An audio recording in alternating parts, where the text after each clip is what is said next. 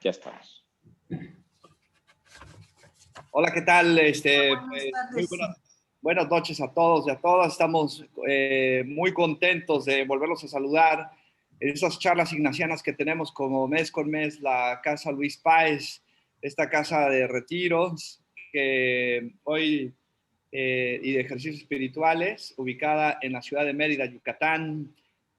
Yo soy José Suárez y estoy muy contento de recibir hoy a Pancho López, jesuita, que nos va a hablar un poquito sobre la política y la forma de verla desde San Ignacio de Loyola, y que esta visión de Ignacio nos ayuda a nosotros como comunidad, pues a seguir teniendo parámetros para vivir de mejor manera nuestro quehacer político como mexicanos y mexicanas ahora que empezamos, pues bueno, en este tiempo de elecciones. Entonces, bienvenido, Pancho, qué gusto saludarte, qué bueno que aceptaste, ¿no? La verdad estamos muy contentos de que, pues, que nos compartas tu sabiduría, ¿no? Tu historia, tu vida. La verdad es como re lindo recibirte. Y bueno, pues ahora sí, el micrófono es tuyo, ¿no? Pues muy bienvenido. Muchas gracias y un saludo a todas y a todos. Les explico el enfoque de esta charla. No se trata de exponer una teoría política de Ignacio de Loyola, porque esto no existe. Se trata más bien de evocar el pensamiento y la praxis de Ignacio respecto a la política y a los políticos, pero en los hechos, en la vida, no en la teoría. Y obviamente, debemos actualizar lo que Ignacio pensó, lo que dijo e hizo en su tiempo, el siglo XVI, los inicios del siglo XVI, en un contexto histórico muy diferente al nuestro, sin duda. Pero sí se trata de aplicar el pensamiento y la praxis de Ignacio a los políticos de hoy, tratando de ser fieles al autor, a Ignacio. Hablando muy en general, antes de ir a puntos muy concretos de lo político, quisiera mencionar algo que yo llamo el sueño de Dios. Según Ignacio, la meta más profunda y valiosa del ser humano es colaborar con el sueño que tuvo Dios para el ser humano al crearlo. Ignacio formula esto de una manera bastante escolástica y llama a la expresión que yo he dicho, el sueño de Dios. Ignacio a eso lo llama el principio y fundamento. Está al inicio del libro de los ejercicios. O sea, es la base de todo lo que vendrá a continuación en los ejercicios espirituales. El sueño de Dios, Ignacio le llama principio y fundamento. Martin Luther King, en un discurso magistral pronunciado hace 57 años, el 28 de agosto de 1963, en la escalinata del monumento a Lincoln en Washington, repetía un estribillo que era el leitmotiv de su discurso, y es este: tengo un sueño.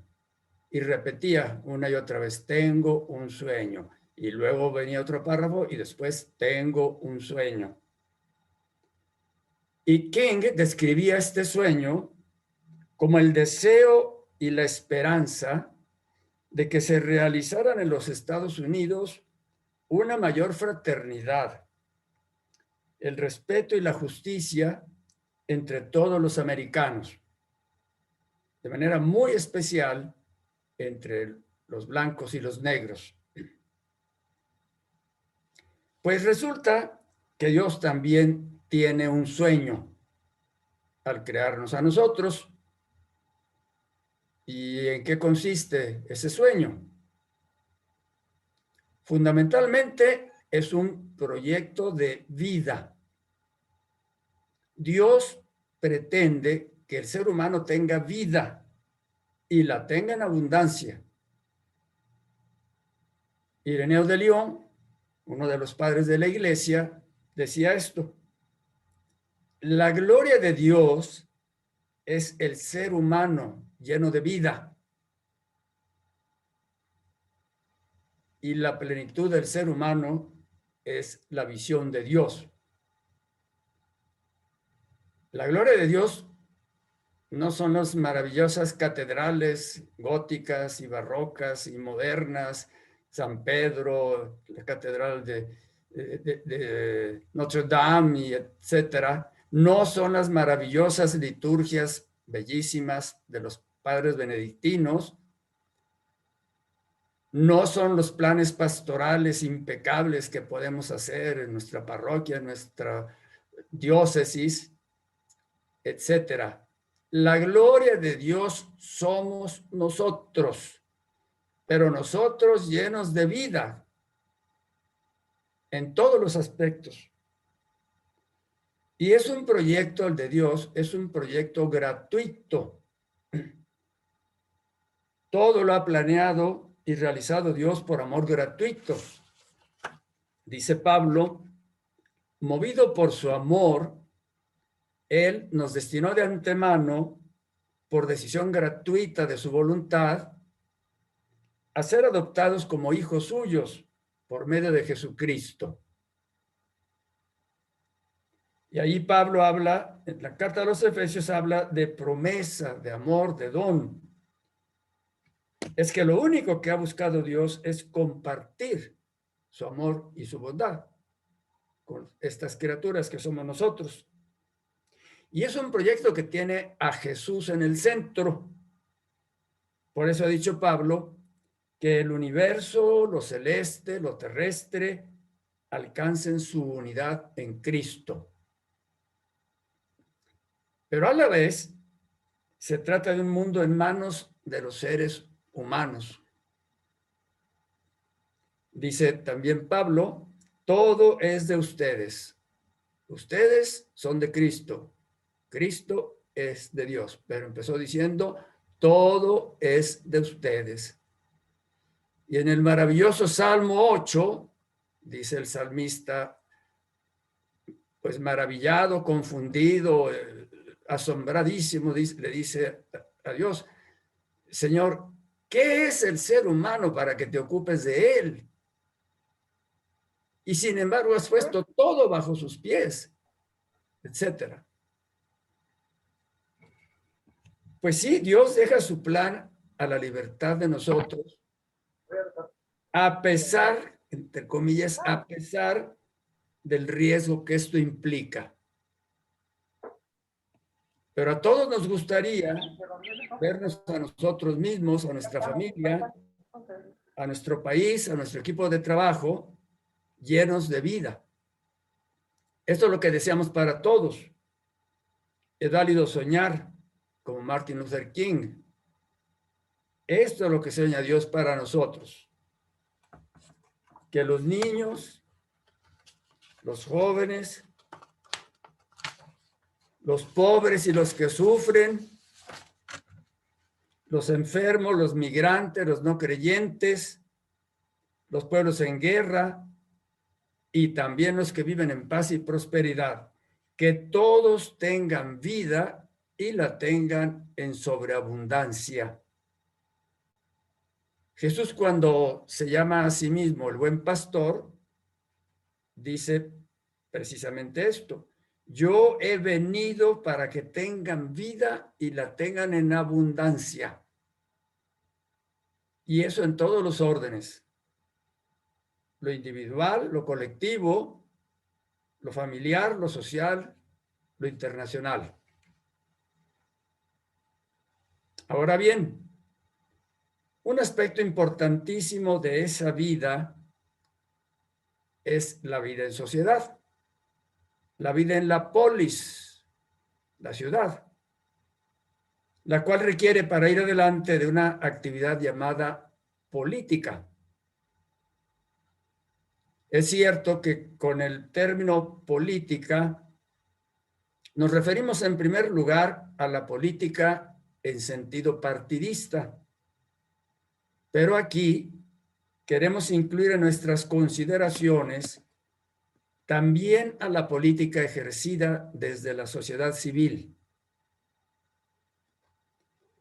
Las personas que se empeñan en favorecer esa vida política y en transformarla para bien de las personas se llaman políticos en el sentido más puro del término. Según el pensamiento de Ignacio, el político debe apoyar ese sueño de Dios y no encerrarse egoístamente en sus propios intereses. El político cuenta con el apoyo de Dios si acude a él.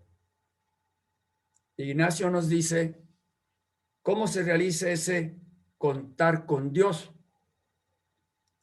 No se trata de milagros a discreción, ni de magia. Se trata de una colaboración entre el Creador y su criatura. Nosotros somos co-creadores con Dios. Así lo describe Ignacio de Loyola. Dice, confía en Dios como si todo el éxito de las cosas dependiera de Él y nada de ti. Pero de tal manera, empéñate en lo que emprendes como si Dios no hubiera de hacer nada y tú debieras hacerlo todo. Ese es el enfoque que da Ignacio a nuestra colaboración con Dios para ir juntos realizando ese sueño suyo, que es simple y sencillamente la razón por la cual existimos y para la cual vivimos y pasamos por esta tierra para luego continuar en la dimensión eterna. Por otra parte, Ignacio de Loyola ha dicho esto: el bien, cuanto más universal, es más divino. Y porque cuanto más universal es más divino, dice Ignacio, aquellas personas y lugares que siendo aprovechados son causa de que se extienda el bien a muchos otros que siguen su autoridad o que se gobiernan por ellos, esas personas y lugares deben ser preferidos. Y así la ayuda espiritual que se hace a personas grandes y públicas, seglares como príncipes y señores y magistrados o administradores de justicia, o eclesiásticos como obispos, prelados, y la que se hace, la ayuda espiritual que se hace a personas importantes en letras y autoridad, esa ayuda espiritual debe tenerse por más importante por aquello de que el bien, mientras más universal, es más divino. Por eso también la ayuda que se hace a pueblos grandes como las Indias, o a pueblos importantes o a las universidades, donde suelen concurrir más personas que, ayudadas ellas, pueden ser operarios para ayudar a otros, esas obras, esos lugares, esos proyectos, esas actividades deben preferirse. Este es pues el principio de Ignacio. Aquellas actividades, proyectos, planes, trabajos que se van a proyectar a más gente deben preferirse, porque el bien, mientras más universal, es más divino. La postura de Ignacio coincide con la enseñanza de la doctrina social católica, según la cual la política debe estar encaminada fundamentalmente al bien común. Y por eso los papas, desde Pío XI hasta Francisco, han dicho que la política es una alta forma de la caridad. El Papa Benedicto XVI lo ha dicho de manera muy precisa. Lo cito ahora. Dice Benedicto: la política es un ámbito muy importante del ejercicio de la caridad. Esta pide a los cristianos un fuerte compromiso para la ciudadanía, para la construcción de una vida buena en las naciones, como también para una presencia eficaz en las sedes y en los programas de la comunidad internacional.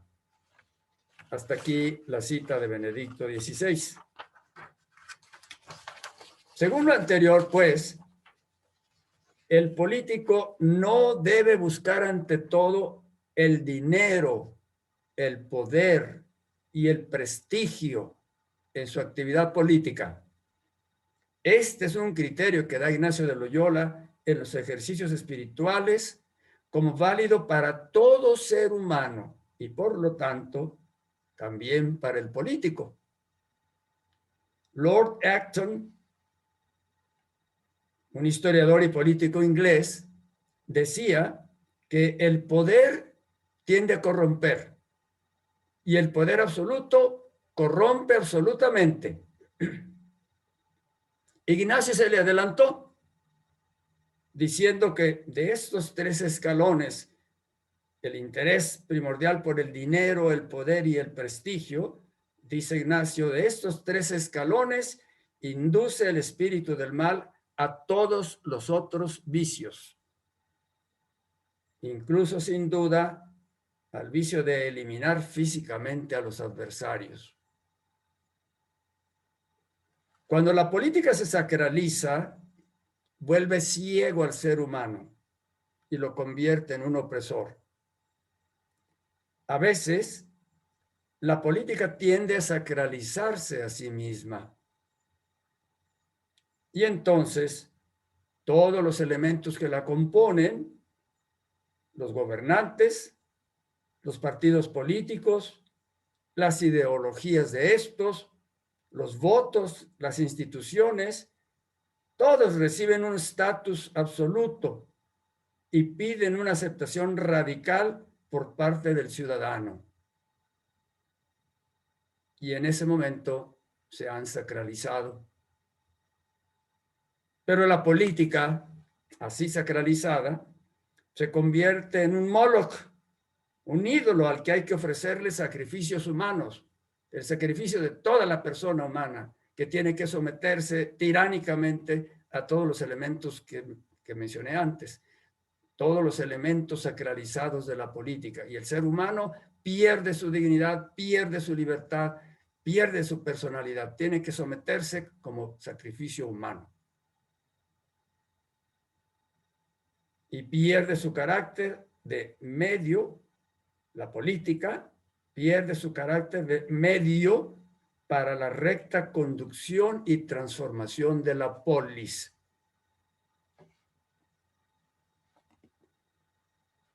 Joan Luis Pérez Francesc, un catedrático del Derecho Constitucional de la Universidad Autónoma de Barcelona, alaba a los políticos que superan el individualismo y dice, lo cito, que al vivir más allá de su estricta individualidad, llevan a cabo una actividad espiritual de donación a los demás, de servicio, lo cual es sin duda alguna, dice Pérez Francesc, fíjese esta frase tan bella y tan definitiva,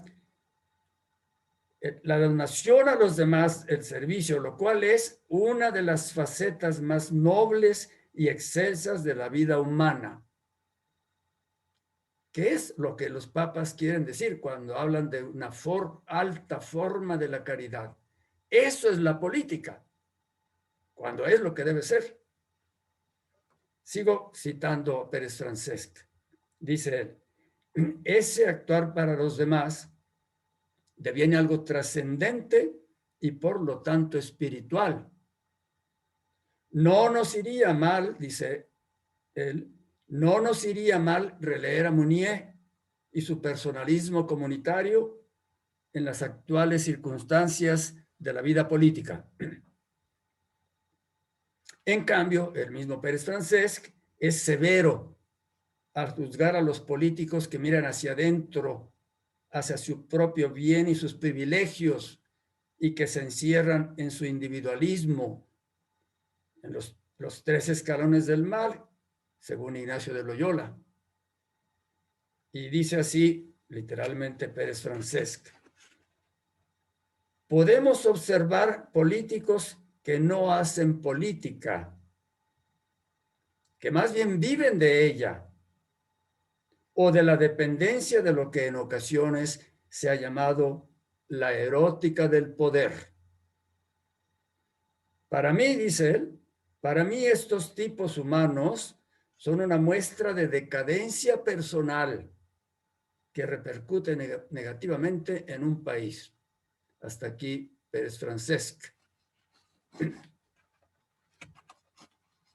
Ignacio de Loyola en su tiempo pensaba que los ejercicios espirituales ayudarían a los clérigos que tenían una prebenda o un beneficio en razón de estar al frente de una iglesia o un santuario o incluso una diócesis. Consideraba Ignacio que esos clérigos necesitaban salir de su, dice él, de su propio amor, querer e interés, y más bien pensar en el pueblo cristiano al que debían servir. Así, los ejercicios espirituales les podían ayudar a no dejarse llevar por el deseo del dinero, el prestigio y el poder soberbio, y sí, en cambio, a ordenar su vida para el servicio y el bien común. Pues esto mismo podemos ofrecerlo a nuestros políticos actuales en nombre de Ignacio. Los ejercicios espirituales pueden ayudarles mucho a superar las tentaciones mencionadas. De esta manera, esos políticos podrán vivir la política como una vocación de servicio, con una mística positiva, mística, porque sin mística, dice Hannah Arendt, la política nos convierte en bestias de trabajo. Un político que no vive con mística su servicio, su vocación, y yo diría cualquier profesión, te convierte en una bestia de trabajo, según Hannah Arendt. Y así, con esta mística positiva, se producen magníficos efectos para la polis. Ahora mencionaré de manera muy breve y naturalmente sin pretender que Ignacio haya estado en contacto de acciones políticas en muchos sitios y momentos, pero de lo poco que hizo en este punto voy a mencionar algunos casos. Él tuvo contacto con diversas personas inmersas en la política, algunas de gran autoridad. Es notabilísima la cantidad de personas de gran relevancia en la sociedad con las que Ignacio tuvo relación. Y basta espigar en su correspondencia de 7,000 cartas para constatar lo que estoy diciendo. Veamos, pues, cómo manejó de estas personas, algunos aspectos de lo político. En 1535, Ignacio regresaba de la Universidad de París, donde había estudiado la teología con vistas a la ordenación sacerdotal y para el servicio consiguiente. Y para ello, y también por necesidad de descanso, estaba muy mal de salud, pasó por su tierra natal, Azpeitia, en el País Vasco. Ahí se encontraba y se encuentra la casa solariega de los Loyola, nobles muy conocidos y apreciados en la región. Ignacio desarrolló en esa ciudad, Azpeitia, diversos servicios pastorales, pues ya había decidido dedicarse a ese trabajo para el resto de su vida. Él, que había sido cortesano, servidor integérrimo del emperador Carlos V, antes de Fernando y ahora de Carlos V, él ahora se va a dedicar a servir al Señor eterno, como dice él, al Rey eterno. Estuvo pues en su ciudad de Azpeitia, enseñó el catecismo a niños y adultos, reorganizó el culto en ciertas capillas que dependían de los Loyola y también, veamos esto, reorganizó la situación de muchos pobres y mendicantes que habitaban ahí. Esa pobreza mendicante era algo muy común en la Europa de entonces, y Azpeitia no era la excepción. Pues Ignacio, además de predicar el catecismo, enseñar las oraciones y la Biblia, reorganizar el culto litúrgico, el servicio de las capillas, reorganizó la situación de muchos pobres y mendicantes. ¿Qué hizo? Convocó, fíjense a quiénes, convocó a los alcaldes, fieles y regidores de la villa para organizar la cuestión. Obviamente no se trataba de una transformación estructural en el sentido moderno, pero sí de un trabajo que involucraba directamente a los representantes políticos de la villa, entre ellos su hermano Martín García Doñás, señor de la Casa y Solar de Loyola. Pero también se implicaba a los ciudadanos, no solamente a las autoridades. Surgen de ese trabajo iniciado, impulsado por Ignacio, varias ordenanzas, así le llamaron, ordenanzas, para que, dice el documento pertinente, para dar orden que en cada jurisdicción y parroquia sean sostenidos y alimentados los pobres de ella conforme a la premática de sus majestades, los reyes. Y doy 2 o 3 ejemplos de estas ordenanzas. Una, queda prohibida la mendicidad a los pobres extranjeros, salvo que ese mendicante pobre esté en tal condición que no podría trabajar y ganar de comer con su labor. Les prohíben la mendicidad, a no ser que estén tan deshechos, tan arruinados de salud, que no pueden trabajar y ganar de comer con su trabajo. Otra, para evitar que alguien finja ser pobre cuando realmente puede trabajar, se ordena hacer matrícula de todos los pobres de esta jurisdicción con verdadera información, pues para que no haya vivales, ¿verdad? Que pudiendo ellos trabajar realmente, tienen la salud necesaria, las condiciones necesarias, pero bueno, más cómodo que te den todo gratis ya hecho. Para que eso no suceda, que se haga un censo válido. Se dice también, se prohíbe a los administradores de hospitales acoger a algunos demandadores o cuestores extranjeros que van a hacer colectas.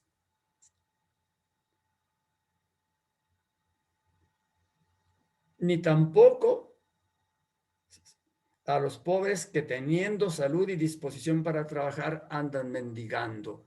A esos se les va a pedir que trabajen, que no anden mendigando. Los pobres enfermos quedan excluidos de estas reglas.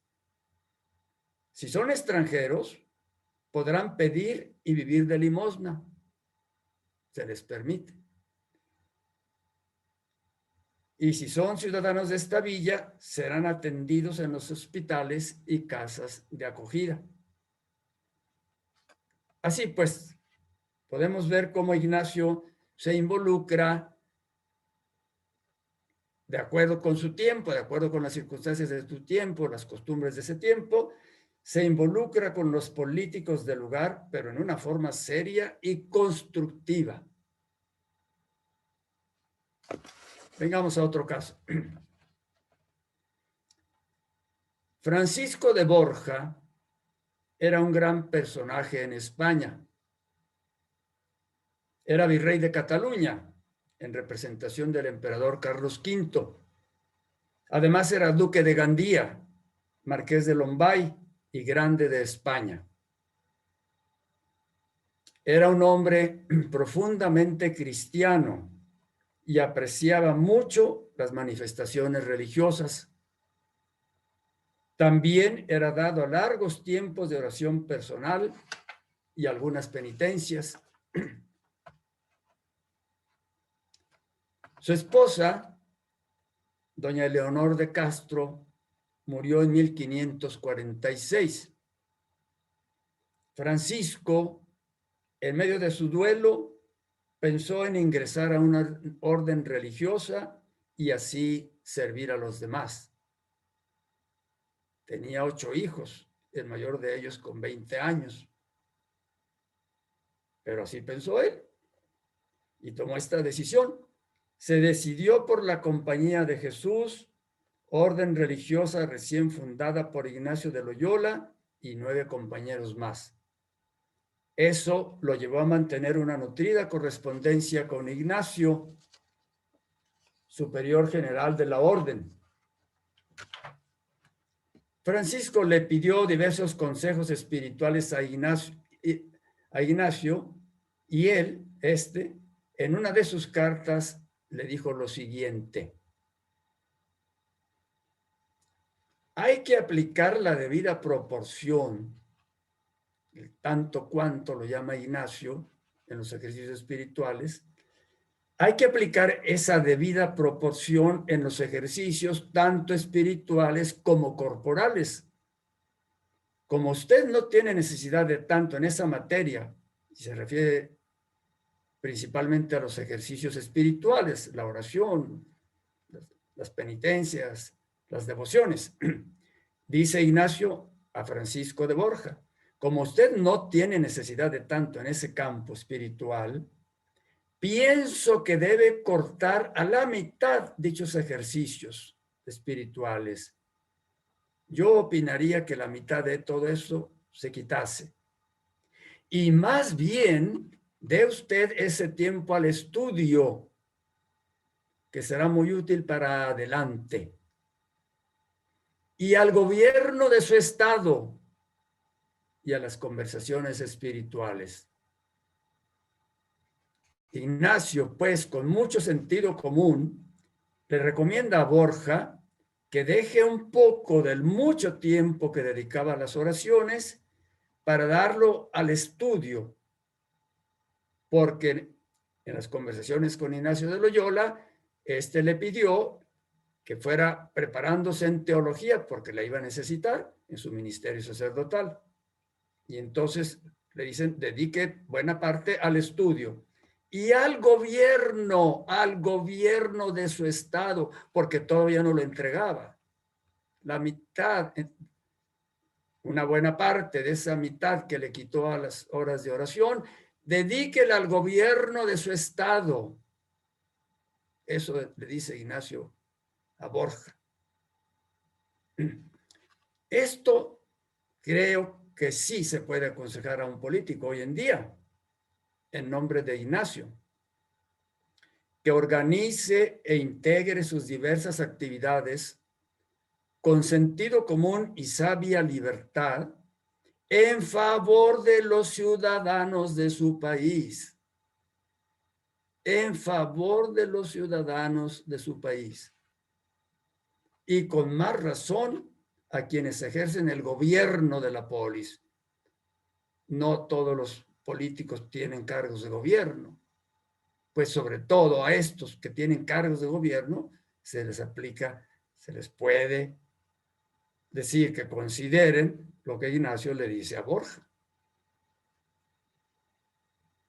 Por otra parte, en un audaz intento, Ignacio trata de acercarse al emperador Carlos V para que apoye algunas obras de la Compañía de Jesús. En realidad, nunca hubo una buena relación entre Carlos V e Ignacio y la Compañía de Jesús. Carlos V no estimaba mucho a los jesuitas. Sí la hubo, en cambio, y siempre excelente, entre el emperador y Francisco de Borja, que en ese caso actuaba un poquito de intermediario entre el emperador y los jesuitas. Pero de hecho, Ignacio fracasó en este caso concreto, fracasó ante el gran político, Carlos V. Por otra parte, Ignacio tuvo una fuerte amistad con Juan de Vega, que un tiempo fue embajador de España ante la Santa Sede y luego fue virrey de Sicilia. En 2 cartas se congratula Ignacio efusivamente con él por su exitosa campaña militar en Túnez, en África, contra los moros. Recordemos que había esa continua guerra entre Europa y los turcos o los moros, como se solía decir. Y además les transmite a los combatientes, en su carta, Ignacio, los frutos espirituales de un jubileo inaugurado por el Papa Julio III. Y oigamos lo que dice Ignacio que el Papa les ofrece. Su santidad, con pronto ánimo y según la benignidad apostólica, les concedió esta gracia del jubileo para que tanto más denodada, animosa y esforzadamente peleéis con los enemigos de la Santa Cruz. Carta del 9 de julio de 1550. Y a Juan de Vega, que era muy su amigo y que era capitán, después fue virrey de Sicilia después, le dice en particular: esta carta es para darle, juntamente con vuestra señoría, muchas gracias a Dios nuestro Señor y autor principal de todo bien, por el éxito tan próspero que se ha dignado dar a esta empresa de su servicio, guiada por vuestra señoría, Juan de Vega, del cual además la alegría que nos es común con todos los fieles, viendo remediado tanto mal, nos alcanza a nosotros, a Ignacio, muy particular por ser vuestra señoría el instrumento principal de la divina mano en esta obra. Es decir, está felicitando pues a Juan de Vega por esa campaña exitosa en contra de los turcos para impedir lo que enseguida voy a explicitar más. Vemos pues cómo Ignacio, y quizás se van a asombrar como yo me asombré la primera vez que lo supe, Ignacio también se involucra en aquel espinosísimo asunto político-militar de la realidad europea de entonces, que fue la guerra contra los turcos o contra los moros. En una audaz intervención dirigida a los gobernantes y políticos de Europa que combatían a la armada turca, Ignacio dirige 2 cartas a su cercano colaborador, el jesuita Jerónimo Nadal, en agosto de 52, para que le dé su opinión a Ignacio de qué le parecen las cartas y, si es el caso, las haga llegar a las personas adecuadas. a los gobernantes y políticos que combatían a la armada turca. Y en esas cartas, Ignacio hace unas sugerencias para una mayor eficacia en el combate contra los turcos y utiliza para ello razones de orden religioso y de orden político-militar. Razones de orden religioso.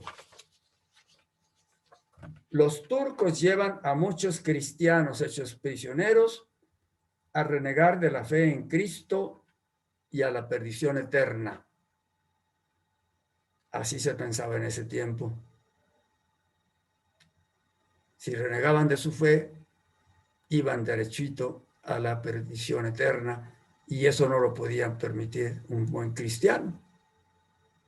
Obviamente era una motivación muy fuerte para los cristianos de entonces, y lo era para Ignacio, y lo era para la mayoría. Y las razones de orden político-militar que da Ignacio. El dominio turco del mar hace mucho daño a las naciones europeas. La lucha militar se puede operar con un gasto menor al que ahora se realiza. Está dando razones prácticas, Ignacio, de ahorro de fondos para poder llevar adelante esa empresa. Y dice Ignacio, se puede obtener una fuerte ayuda económica si las congregaciones religiosas y las órdenes de laicos católicos cooperan. Congregaciones religiosas, órdenes de laicos católicos. Y añade una amplia lista de posibles colaboraciones económicas en su carta. Grandes caballeros seglares, o sea, gente muy importante con los medios adecuados, y a los cuales les dice Ignacio lo siguiente. Fíjense lo que les dice. Lo que se gasta por grandeza, por ostentación, en cacerías y en comidas opíparas y maravillosas, sabrosas, y lo que se gasta en acompañamientos demasiados, o sea, tantas comitivas que iban con aquellos nobles a las cacerías y luego a los banquetes que se daban, dice Ignacio, lo que se gasta en todo eso, más justo es y más los honraría a ustedes si se gasta en armar galeras contra los infieles a gloria de Dios. Y añade otros posibles donantes en la carta. Las ciudades de sus reinos, gobernados por reyes y príncipes, e incluso el Papa y las tierras de la Iglesia. Esa es la sugerencia de Ignacio. Con esas razones de tipo religioso y estas otras de tipo práctico, político y militar. Es evidente para nosotros, ustedes y para mí, que hoy en día Ignacio no podría hacer este tipo de recomendaciones a los políticos, pero sí los podría animar, cosa que ya hace el Papa Francisco, a trabajar en sus países y a nivel internacional, entre otras cosas, para enfrentar de la manera más eficaz posible la terrible desgracia de la pandemia. No la lucha contra los turcos, sino la pandemia.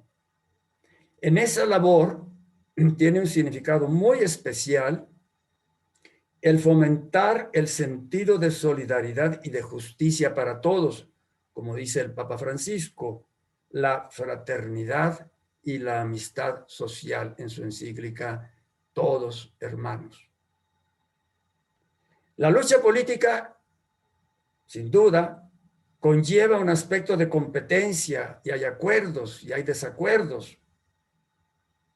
Pero los políticos deberían tener como principal meta el bien del país, del pueblo y de todos los pueblos, el auténtico bien común nacional e internacional. y no deberían caer en la trampa de sacralizar la política y sus instrumentos.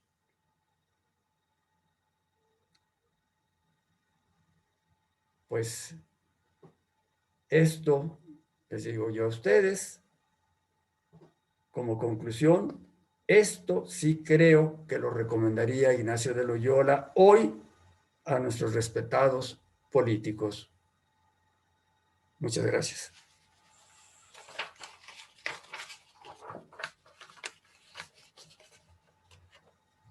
Muchas gracias, Pancho. Qué padre tus palabras, ¿no?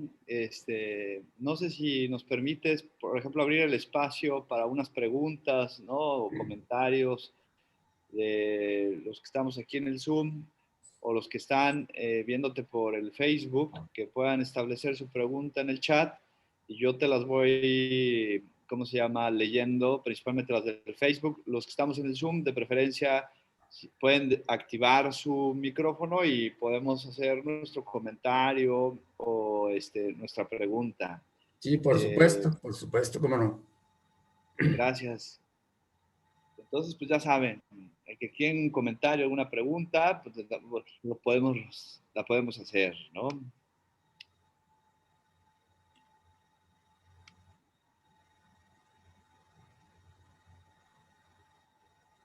Chapu, Diana Hey, Velázquez, Sí, de bueno, Ciudad Victoria, Tamaulipas. mucho gusto. Hola, padre, qué gusto conocerte. Mira, me ha encantado tu plática y sobre todo esta parte en donde dices que podríamos proponerle a nuestros políticos, bueno, yo digo que hasta hacer los ejercicios como algo muy benéfico o bueno, mejor la palabra bueno, para ellos como personas, pero yo no sabría cómo hacerlo. Y yo no sé si tú me, me podrías dar alguna sugerencia o algo así, porque la verdad es que los ejercicios son maravillosos. Aquí en Victoria estamos dando una tanda, hay 24 ejercitantes en la vida diaria, pero ninguno de ellos es político, más bien son matrimonios, más bien son, bueno, hay un sacerdote, el padre de catedral, el párroco, pero él no es político, ¿o sí? Bueno, pues mira, A ver. yo te diré que sin deberla ni temerla, Ajá. yo caí en este hoyo de la política. Bueno, en primer lugar, lo digo rapidísimamente, dice Aristóteles que el hombre es un animal político. ¿Por qué? Pues porque es un animal social, sociable. Pues yo soy doblemente animal político porque mi padre fue otro animal político, cofundador del PAN, etcétera, etcétera. Bueno, yo no milito en ningún partido por razones muy obvias. Bueno, pero llegó un momento hace unos 10 años, más, 15 años. Volvía yo de Europa y había estado ahí 6 años y venía yo muy interesado en hacer algo en México y me vino este pensamiento a propósito de los políticos, porque allá pues todo el día también oíamos política, comíamos política, todo eso, también allá. Yo estaba en Italia además. Bueno, total, yo me hice esta pregunta a mí mismo. A ver, tú criticas muchas veces a los políticos, a veces con razón, a veces sin ella tal vez, pero ¿qué haces para ayudarles a los que quieren hacer política a hacerla bien con las características que acabo de decir? Bueno, digo que me cayó como del cielo porque de la Universidad Nuestra de Guadalajara, el ITESO, me pidieron que acompañara a un grupo de académicos que trabajaban allí en la universidad. Y uno de ellos, al final de los ejercicios, manifestó como una cosa muy importante para él esta cuestión de la política. Y yo no tenía que, obviamente, como bien dice San Ignacio, influirle en nada, de nada para nada, no le iba a proponer nada concreto, pero sí le dije, pues que yo estaba interesadísimo en todo eso. Y ahí nació una vina, él y yo. El maestro se llama Mario López Ramírez, no López Barrio, López Ramírez, profesor del ITESO. Y empezamos a hacer propaganda proponiendo reuniones breves primero y también después, para algunos que lo quisieron, ejercicios de 8 días, con el tema de cómo, o sí, qué actitudes tengo y cómo puedo yo hacer una política con los criterios que hemos estado más o menos manejando en esta charla y si se pueden ampliar. Bueno, y eso durante 10 años lo estuvimos haciendo, hasta el año de la bendita pandemia, que esa nos paralizó. Hemos hecho algo, pero poquísimo. Pero hasta ahí tuvimos varias reuniones breves con políticos, unos activísimos en el gobierno, concretamente del estado de Jalisco, porque además eran conocidos de Mario y Mario era el que los engatusaba para entrar en esto, y otros con interés en lo político, aunque no tuvieran en ese momento un cargo concreto, sobre todo de la ciudad de León y de Guadalajara y de Colima. Uno de ellos llegó a ser el alcalde de Colima. Eso lo hemos hecho durante 10 años. Incluso invitamos de Europa a un jesuita francés muy conocedor de todo esto, ya de cierta edad. Bueno, cuando vino aquí ya estaba bordeando los 80, Paul Valadier, profesor de filosofía y teología en París, y que ha escrito sobre esto. Precisamente tiene un libro con el título Lo espiritual y la política. Y yo publiqué otro librito hacia una política con espíritu, independientemente del otro libro, pero vi que coincidían. Y vino Paul y nos dio unas 3 magistrales conferencias que luego se publicaron, las publicó Buena Prensa. Y después invitamos a un jesuita italiano que ha trabajado ya muchos años con jóvenes y justamente un tema central es lo político. Se llama Francesco Occhetta, él vive en Roma. Bueno, eso es lo que hemos hecho. Ahora, como digo, sí nos paralizó la famosa pandemia. Entonces tú me preguntas, ¿y cómo le hago con los políticos? Pues conócelos, invítalos, proponles, y si les gusta, bueno, y si no les gusta, pues nadie los obliga.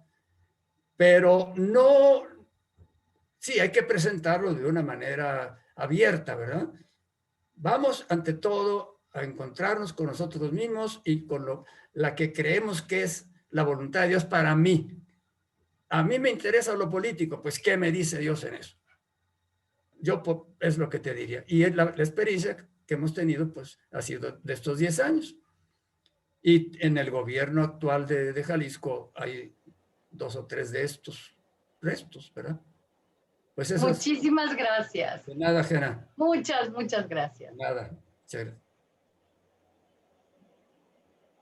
Eugenio levantó la mano. Y, Pancho, una de las cosas que cotidianamente sucede en épocas de campaña, y bueno, pues ahorita en muchos lugares del país, con las próximas elecciones, está sucediendo, es la polarización y la incapacidad de escuchar opiniones diferentes a la que yo ya tengo tomada. Y entonces, si escucho opiniones que van en la línea de lo que yo ya pienso, entonces esas personas que emitieron esas opiniones son sabias. Pero si en algo van en contra de lo que yo ya pienso, entonces esos son unos locos. Y eso genera conflictos muchas veces al interior, inclusive de familias, pero también con amistades.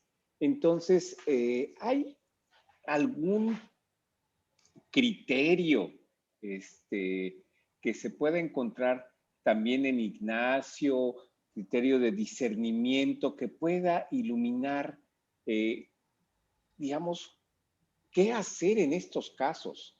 Porque la polarización es cada vez mayor, más grave, ¿verdad?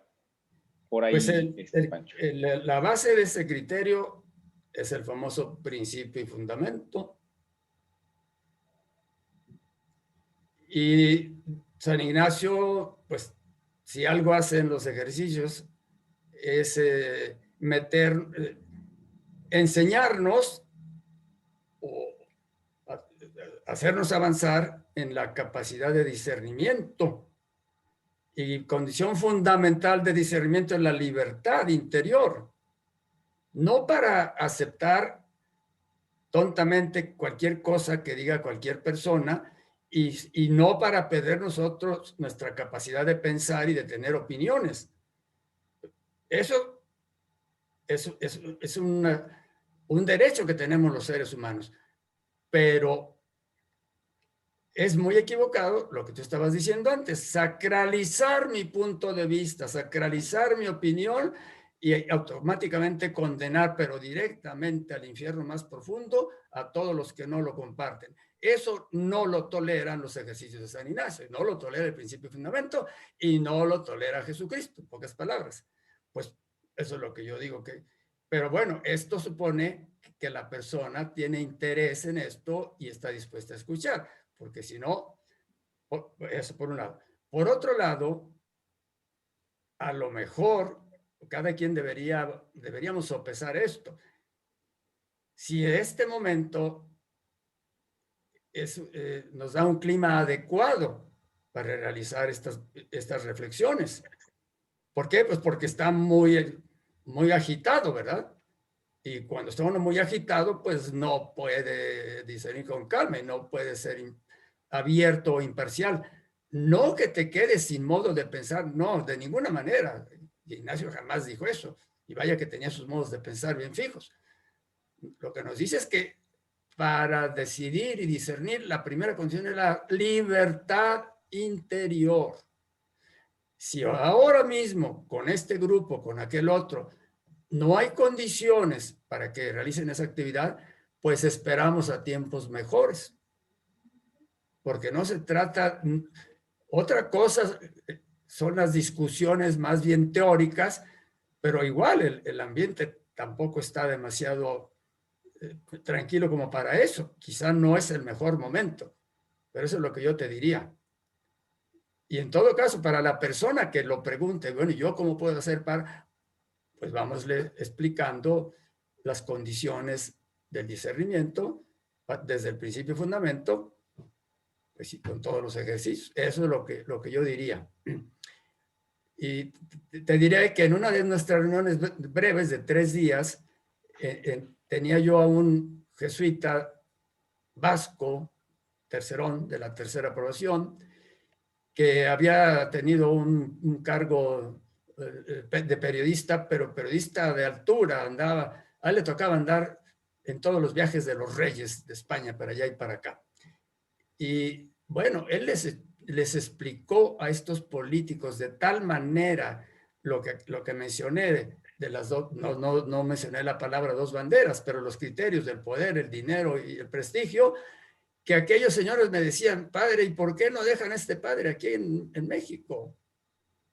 O sea, les gustó, les interesó. Y estas personas que te estoy diciendo, te digo, varios han colaborado, o incluso alguno está colaborando en el gobierno del estado de Jalisco. Prescindo yo de partidos o no partidos, cada quien tiene su preferencia. Eso es lo que yo podría decir. Tenía William, después Meche y luego Norma. ¿Qué tal? Buenas noches, padre. Pues muchas gracias por su conferencia, que ha sido muy útil, ¿no?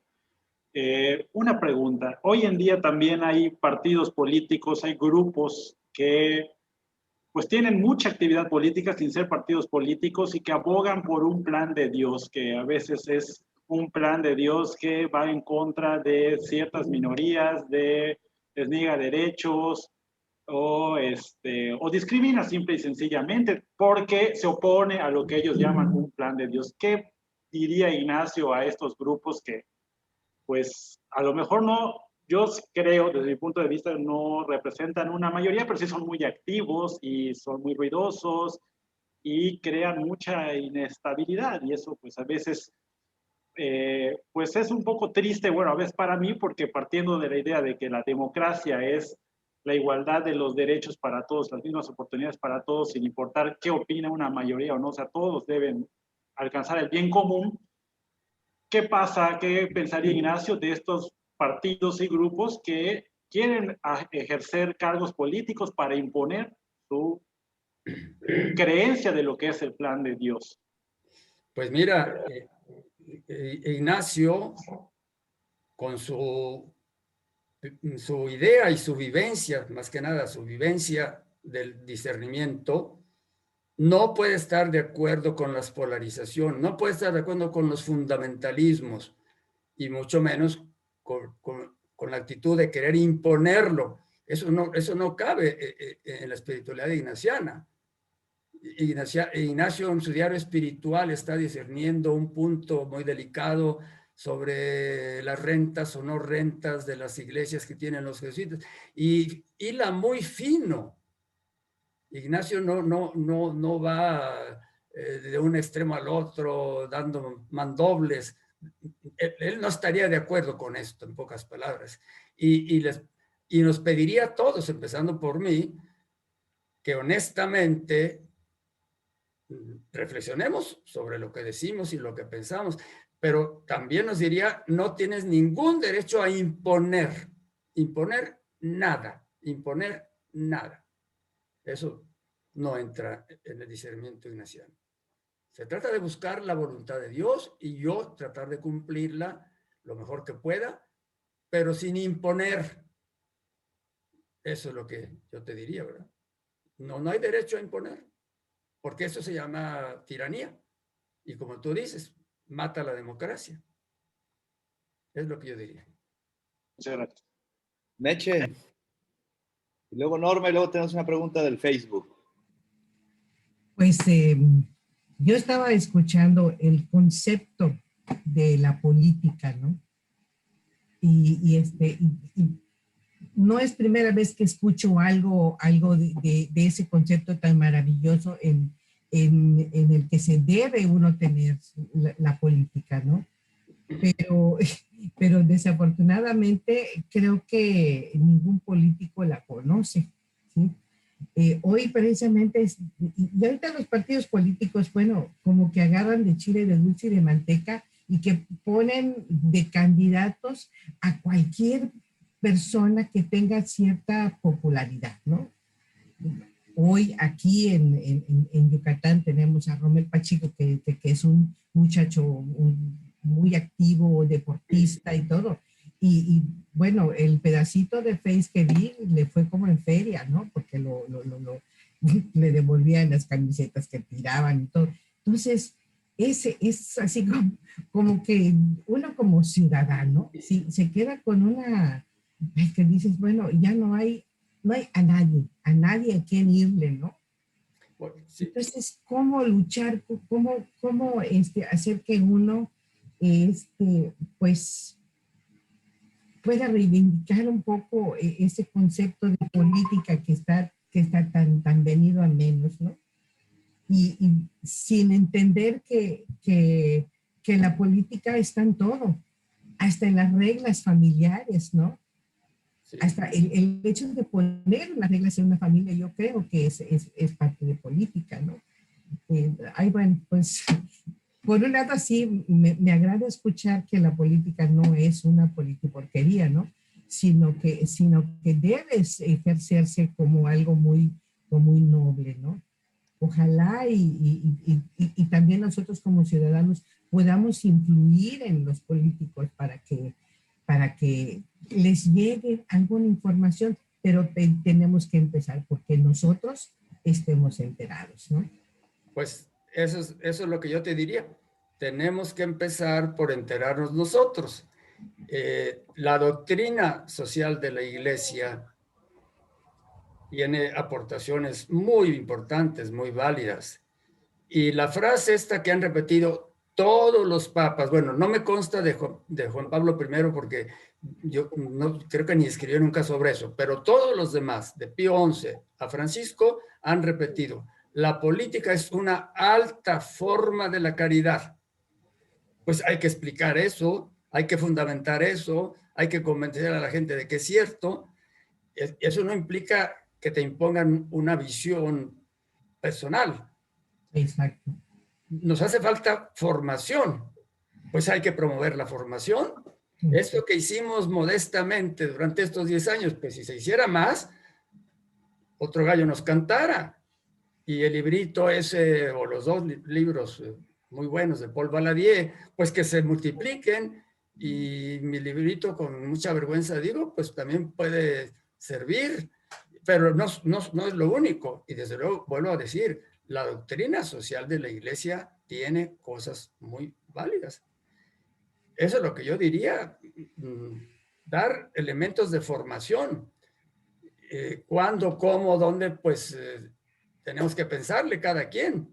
Yo les digo lo que nosotros hicimos en estos 10 años hasta que llegó doña Pandemia. Pero bueno, si hubiéramos muchos así, pues quizá algo ganáramos. Pues sí. ¿Qué te diría? Y qué gran escritor de cartas fue San Ignacio, ¿verdad? Pues sí, fíjate que es uno de los, el suyo, uno de los epistolarios más grandes del tiempo del Renacimiento, del siglo XVI, y no tenía computadoras. Sí, así es. Gracias. Tenía secretarios. De nada. Norma Rubio, y después una pregunta del Facebook. Ahora Norma. Hola, buenas noches. Antes que nada, padre, pues quiero agradecerle la plática tan interesante y pues también tan nueva en cuanto a información que tuvo a bien compartir con nosotros.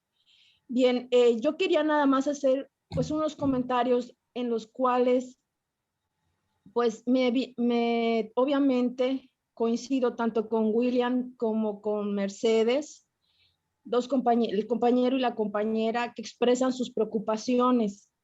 Y definitivamente no tenemos hasta este momento ningún sistema que permita y regule y exija ciertos criterios para nuestros candidatos.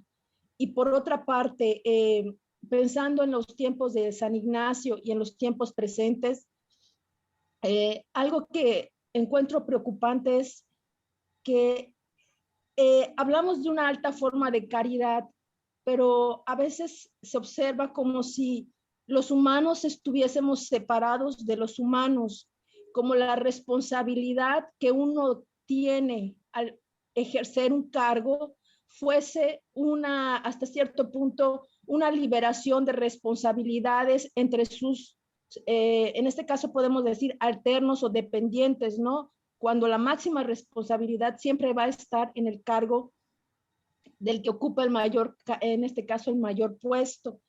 Y por lo tanto, yo lo digo, observo un humanismo separado de lo humano, ¿no? No una caridad como un sentido de tener que dar caridad, sino como un deber como humanos de ayudar y de, en este caso, pues también propiciar el desarrollo en aquellos que están o han sido más desfavorecidos. Porque yo me he encontrado con personas que dicen, o a veces, pues que a veces en la sociedad hay personas que sufren y hay personas que no.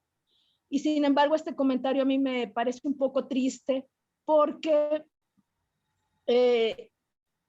yo contesto, pues tú lo dices porque estás en el lado afortunado, pero el que no lo está, el que tiene que luchar porque le atiendan a un familiar en el hospital, o el que tiene que luchar porque no tiene agua para llevar, o el hijo que tiene que trabajar y estudiar, y el que no tiene incluso algo para poder llevar a su casa, no se encuentra en esa posición de justicia social, ¿no? Hablando de eso.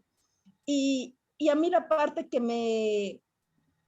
que siento que como caridad también es más que una caridad, es una parte que no podemos enajenar, por ejemplo, en un momento dado, las diferencias en cuanto a posiciones políticas, sociales, incluso religiosas, sino en cuanto a lo humano como un derecho, como una dignidad, como usted hablaba hace ratito, ¿no? El discernimiento. Qué fácil se les olvida a cualquiera que llegue a un puesto. No estamos hablando necesariamente de político, sino aquellos que llegan a un puesto, por muy pequeño que sea, pero que represente, en este caso, estar a cargo de personas. El hecho de que usted decía someter, llevar a la tiranía hasta niveles extremos o ciertos niveles en donde tiene que someter a las personas. Y nos comentó ahorita, como dijo, o sea, no solamente el poder descubre, ¿no? A mí me gustó mucho lo que hablaba usted de los criterios del dinero, el prestigio y el poder, y pareciera que esas fuesen las estrellitas que se colocan cualquiera de las personas que en un momento dado están a cargo de un grupo de seres humanos. No digo todos, pero si hablamos de la sociedad, difícilmente hay aquellas personas que buscan el desprendimiento. A mí me gustaría más que un deber de caridad, como un deber de humanismo, como usted decía, no imponer, sino por voluntad y sin importar aquellas diferencias que pudieran encontrarse, ya sea de partidos, porque pareciera que el que llega a la parte de arriba, pues tiene que dar abajo cualquier avance que se hubiese sido reconocido por otro partido.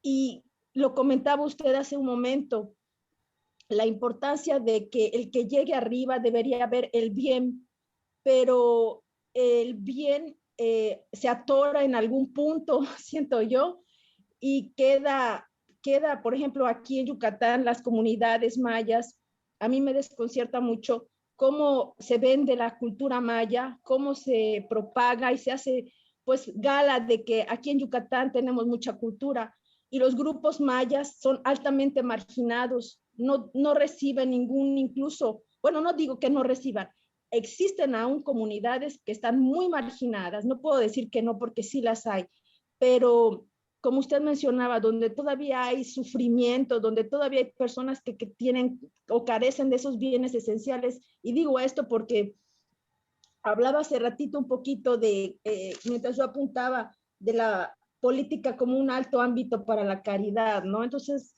es esa parte que se nubla de la persona y pareciera que es un favor cuando es un deber, es una, pues como diría San Ignacio, una alta caballería, ¿no? Entonces era ese mi comentario nada más, padre, y agradecerle mucho sus palabras.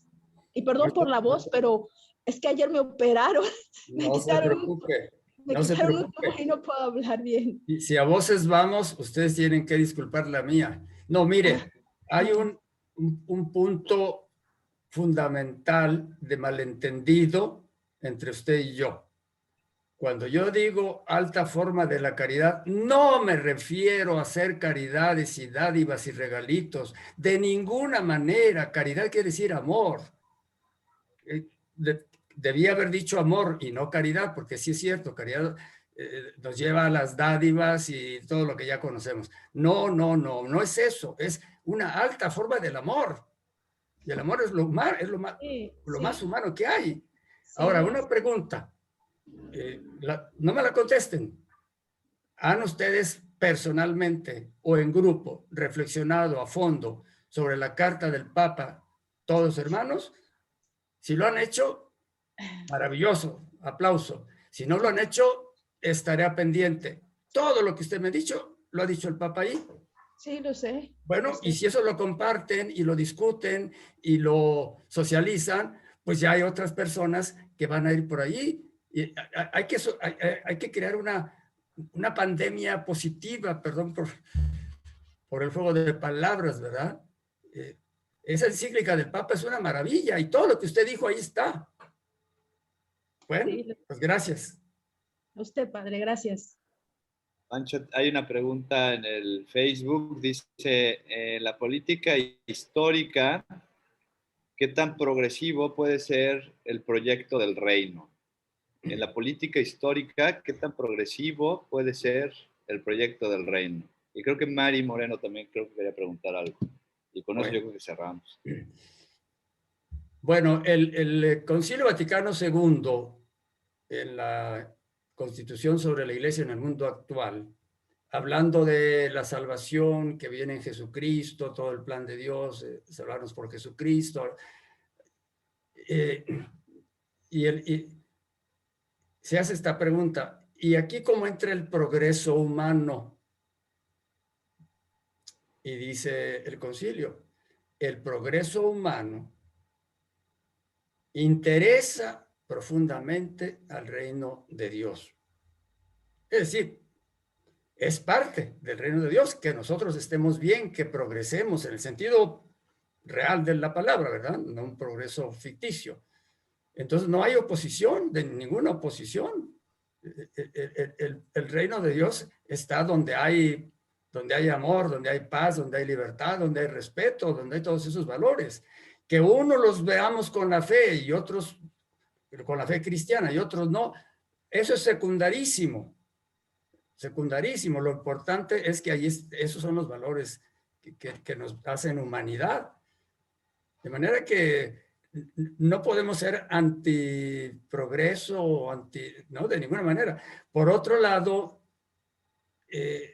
la noción de la historia bíblica y de muchas teologías, y yo la comparto, para mí es cíclica, no cíclica, no, en espiral. La historia humana va en espiral, va dando vueltas.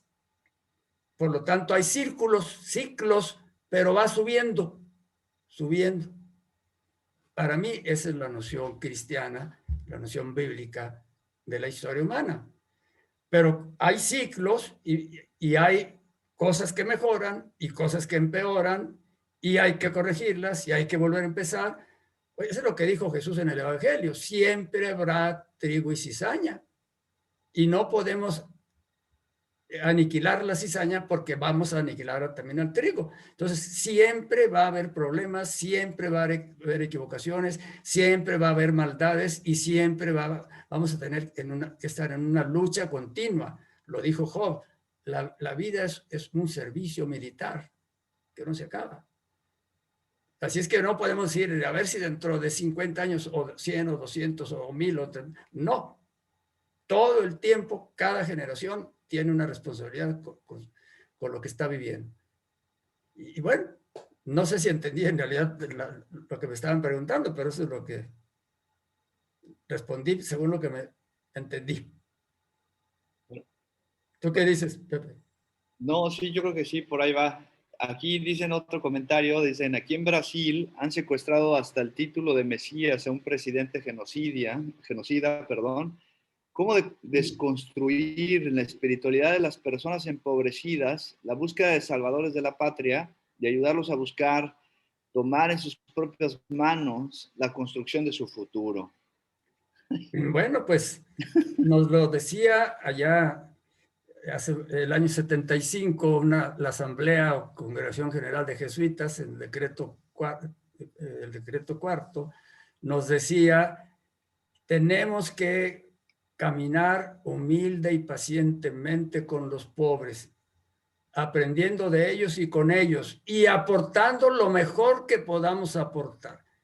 No somos mesías que llegan con respuestas para todo y menos que van a imponerlas, sino juntos, caminando humilde y pacientemente unos con otros, ir buscando soluciones a los problemas y cada persona o cada grupo aporta lo suyo y hacemos un trabajo común. De manera que ni yo voy a llevar toda la verdad de todo lo que hay que hacer. Me acuerdo que en los años 70 íbamos ahí con teorías muy sofisticadas del cambio de estructuras y se la decíamos de la noche a la mañana a doña Cholita y a Toñito, que no tenían ni idea de esas cosas. Error grave. Caminar humilde y pacientemente unos con otros y que cada quien aporte lo mejor que tenga. Y si somos cristianos, pues como cristianos. Y si somos budistas, pues como budistas, y etcétera. Eso es lo que yo diría. Y no se acaba la tarea, eso sí, no se acaba la tarea, sino, como decía aquel comentarista de fútbol, el juego se acaba cuando se acaba. Y eso quiere decir el reino de los cielos, la segunda venida de Jesucristo, como le quieran llamar. ¿Cómo, cuándo va a ser? No lo saben ni los ángeles, ni el Hijo, sino solo el Padre. pero lo que sí sabemos es que tenemos obligación, responsabilidad de involucrarnos y dejar allí el alma, vida y corazón. Eso es lo que sí tenemos que hacer. Lo que no se vale es hacerse a un lado.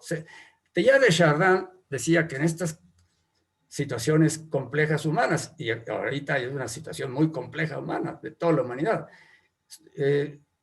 surgen tres actitudes muy notables. La del conformista, que dice, yo estoy bien, yo tengo lo necesario para vivir bien y me sobra dinero y no sé qué, y mis amigotes, de modo que háganlo como quieran, el conformista. El pesimista, pero pesimista de café o de coñac, vaya usted a saber, que todo está mal, nada se puede, siempre fracasamos, no hay nada que hacer, ya se ha visto, es un perfecto pretexto para la pereza y la, pues, poca calidad humana. Y tercer grupo, el que se compromete. Y yo de esos quisiera ser. Pues eso es. Pues te agradecemos mucho, Pancho, ¿no? Qué padre tus palabras. Yo creo que hay como ciertas pistas como para seguir haciendo política, ¿no? Desde el cristianismo, desde Jesús. Y te agradecemos mucho tu presencia, tu sabiduría, ¿no? La Casa Páez pues, está muy contenta de que pues, hayas participado en esto. Les recordamos que el jueves 20 de mayo iniciamos con el año ignaciano. Vamos a tener la misa provincial a las 12 del mediodía. Ojalá y la puedan poder ver. Y al mismo tiempo, nosotros aquí en Mérida la vamos a retransmitir en el Jesús. Ojalá y puedan ir y echarnos ahí, aunque sea, bueno, ahí vemos qué inventaremos. Y luego en la Casa Páez también tenemos ahora un retiro que es el 21 y 22 y 23 en este nivel para seguir celebrando la conversión de Ignacio. Y el mes de junio tenemos el taller de Enneagrama con Roberto Padilla y sus ejercicios espirituales. Bueno, pues les agradecemos mucho su presencia. Gracias, Pancho, por tus palabras, ¿no? Y que Dios los bendiga a todos, ¿no? Gracias a todos ustedes y hasta la próxima. Felicidades, padre. Muchísimas gracias, padre. Adiós a todos. Muy buena su plática. Gracias. Gracias Descansen. a todos. Gracias. Gracias. Tú también. Bye. Muchas gracias, Pancho. De nada, hasta luego. Gracias. Bernie, buenas tardes. Hasta luego.